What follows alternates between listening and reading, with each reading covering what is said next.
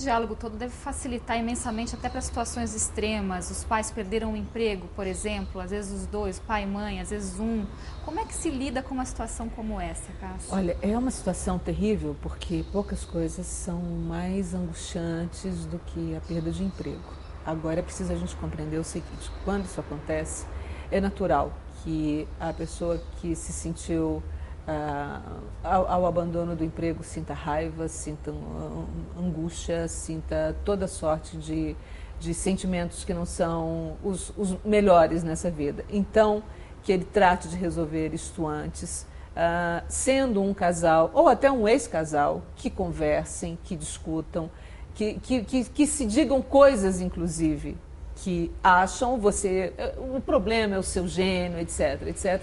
Mas, enfim, que resolvam ali entre eles a situação, de tal maneira que quando este tema seja apresentado às crianças, já seja apresentado não em termos dessa confusão, dessa emoção exacerbada, desse momento de aflição, mas seja apresentado com clareza, com serenidade, com bastante compreensão do seguinte: nós estamos vivendo um momento difícil, nós vamos ter que nos organizar para isso, as providências que nós vamos tomar serão tais, e comunicar às crianças: nós vamos fazer isso, isso, isso e isso.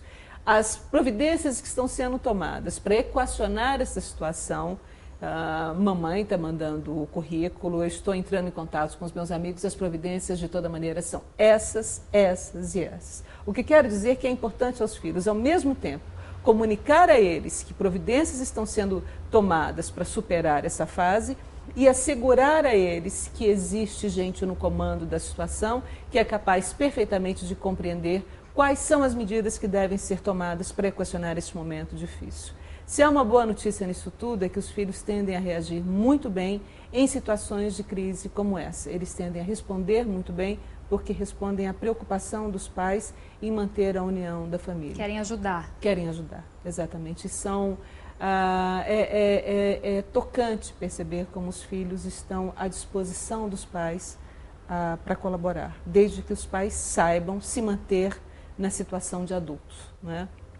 Eventualmente, os pais querem distribuir com os filhos ou mais do que os filhos podem assumir, independente, às vezes, até da idade que os filhos têm. É um assunto de adulto, os adultos devem resolver e as crianças devem ser preservadas nos seus limites de compreensão e de possibilidades psíquicas de convivência com esse assunto. Nesses casos, né, de perdas de emprego, ainda falando sobre isso, que é um tema bem delicado, né? Super. Os pais podem ou devem retirar a mesada para mostrar para os filhos que a situação está mais apertada, está mais difícil, ou sendo um valor simbólico, não deve ser esse o caminho, e sim esse diálogo mais amplo? O que você orienta? Olha, Carolina, de maneira geral, o dinheiro que é destinado, de maneira geral, para mesada ou para semanada, é a grana que os pais já gastam mesmo com os filhos. Só que ao invés deles distribuírem isso de pouco em pouco, eles concentram, entregam numa tacada e deixam que os filhos administrem. Aliás, frequentemente os pais gastam mais com os filhos quando não dão mesada, e todo adolescente sabe isso. Você tentar convencer um adolescente a receber mesada é sempre uma luta, porque ele se dá conta que ele ganha muito mais na negociação a cada final de semana. Pois muito bem.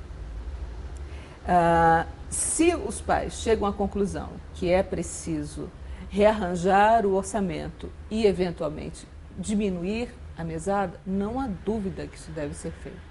Desde, evidentemente, que isso seja comunicado com serenidade, volto a insistir nisso, e que os filhos compreendam a razão e a gravidade da situação.